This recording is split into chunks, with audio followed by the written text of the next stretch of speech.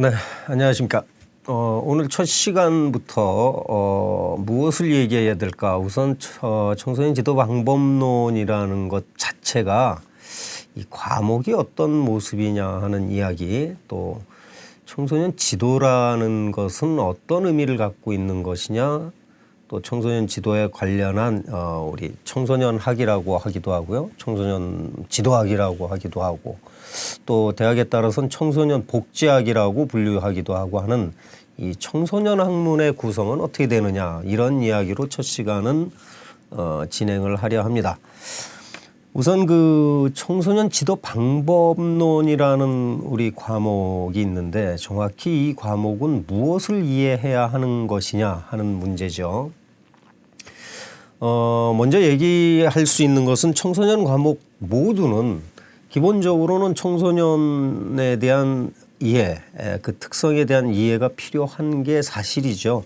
그러니까 당연히 청소년 특성 이해는 모든 과목에서 먼저 나옵니다. 그런데 각 과목마다 청소년에 대한 설명이 조금씩 다를 수 있습니다. 이거는 향후 제가 강의를 진행하면서 청소년에 대한 이야기를 하게 되겠습니다만은, 그 외에 청소년을 이해하고 나면 그 청소년 지도의 성격, 특성이 무엇이냐, 또 이 지도에 동원되는 이론적 원리가 무엇일까, 또 어떤 기법이 있을까, 이런 이야기들로 구성이 된다는 겁니다.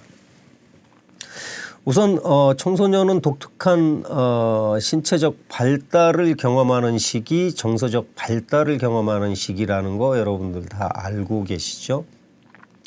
자, 그래서 지도 방법이다, 그러니까 청소년을 지도한다라고 할 때 내가 지도하려고 하는 대상의 특성을 정확히 이해하는 것, 이건 매우 중요하죠. 그 중에서도 그 대상이 사람인 경우를 우리는 휴먼 서비스라고 하는데, 이런 휴먼 서비스의 그 대상이 특히 청소년일 경우 굉장히 다른 이해를 좀 필요로 합니다. 일반 성인과는 달리 그들은 발달의 시기를 겪고 있는 사람들이라는 거죠.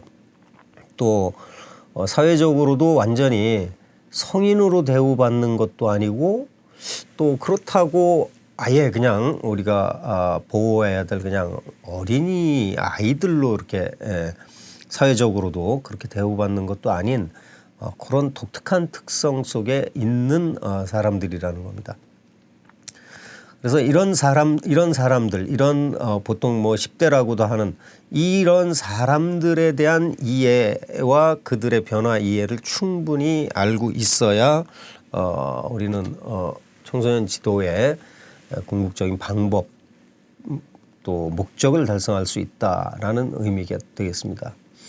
또 성격과 특성, 그러니까 이 지도 방법론의 성격과 특성을 명확히 이해하는 것도 이 지도 방법론이라는 과목을 구성하는 데 있어서 매우 중요합니다. 그 특성 중에도 사실 청소년 지도가 갖고 있는 독특한 특성, 이건 이제 뒤에 다시 자세히 다룰 겁니다만은, 도대체 무엇을 청소년 지도라고 하나요? 보통 우리가 청소년 지도라고 용어를 떠올리면 이 지도라는 용어가 또 청소년이란 이 용어가 우리 일반 성인들보다는 뭐 좀 어리다거나 계급적으로도 좀 뭐 다르다거나 이런 느낌이 있습니다, 우리 사람들 안에. 그러다 보니까 이 지도라는 용어를 어떤 훈육과 같은 의미로 이해하는 경우도 있는데, 이 지도라는 용어가 처음 등장하게 되고 이게 어떤 특성으로 다른가 하는 것들, 이것들을 이해하는 것들이 매우 중요합니다.